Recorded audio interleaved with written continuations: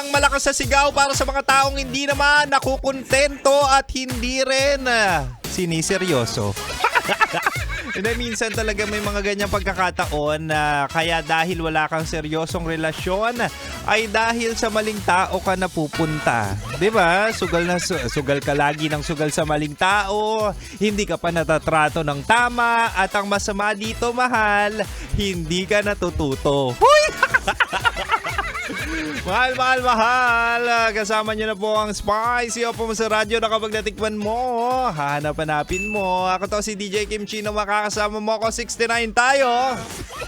6 to 9 p.m. ako yung makakasama, makakakwentuhan at pwede na rin makakalambingan o di kaya ako na rin ang boyfriend mo.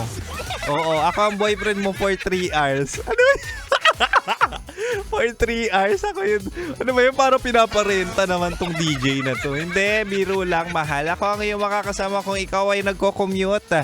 Ikaw ay nakapila o di kaya nagdadrive ngayon sa kahabaan man yan ng EDSA Rojas Boulevard o dyan sa Arten na lagi na lang may traffic. Ano ba yun? Lagi kasi ako dyan dumadaan.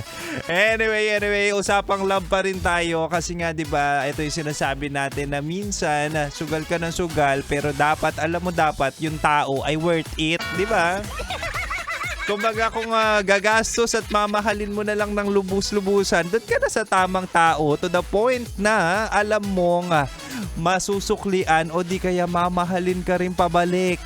Kaya dapat alam mong kumilatis ng worth it na tao, okay? Huwag ka mag-alala ngayong gabi, ako bahala dyan kasi sa Chinitox, usapang pag-ibig mula sa Spicy Opo mo si DJ Kim Chino. Aba, ibibigay ko ang 3 indikasyon na worth it sugalan ang tao. Minsan na akong sumugal sa maling tao, alam ko na to. Oo, kaya isi-share ko sa'yo para hindi ka na matulad kay Kim Chino na lagi na lang niloloko. Anyway, ito na mahal. Una, worth it sugalan ng taong marunong mag-communicate. Oh, basic na basic 'yan, 'di ba? Hindi ka na makikipaghulaan. Imagine mo sa dami ng tao sa mundo, sa dami ng lalandiin mo, sa dami ng mamahalin mo, doon ka pa sa hindi marunong magsalita. 'Di ba? Kapag may problema, doon ka na sa nagbo-voice out, doon ka na sa makakausap mo, direkta, malinaw at marunong makinig. 'Di ba? Kung gusto mo ng successful relationship, doon ka sa taong magaling mag-communicate, marunong makipag-usap at gusto makipag-usap. Para kapag may problema, madaling solusyonan, hindi yung pakiramdaman. O aminin mo, may mga ganyan, 'di ba? May mga tao ring hindi confrontational to the point na kapag may problema, hindi ka lang papansinin or silent treatment.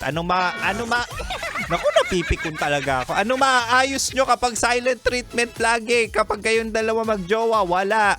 Mag-iwanan na lang kayo.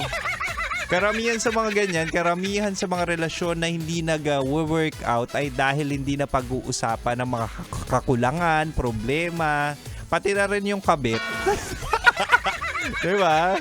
Doon ka na sa taong willing ayusin kesa iwan ka. Maraming ganyan yung mga relasyon na kapag nagkakalabuan, imbis na ayusin, gagawa pa lalo ng kasalanan to the point na titikim pa ng iba. Tapos ang sisi dun sa iniwan, dun sa niloko kasi raw hindi siya sapat. Ano ba yan? Ang dami na natin problema sa mundo, lalandi ka na lang, dun ka na sa pwedeng makausap at pwedeng pwedeng makasama mo pang habang buhay. 'Di ba? Doon sa marunong mag-communicate, doon sa radio DJ na napapakinggan mo ngayon, magaling mag-communicate to, kaya jowain mo na. Akalain mo yun. Anyway, mahal. That's it for Isa pa lang yan. Hanggang 9 p.m. pa si Kim Chino. Meron pa ako 2 bala dito. But for nabalik na muna tayo sa Rakrakan Music. At syempre dito ka lang sa akin kasi seloso ako. Oo. Dito ka lang sa 90.7 Love Radio. Kailangan pa bang i-memorize yan?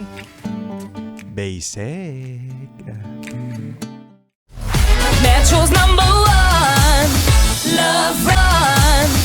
Love Radio. Basic!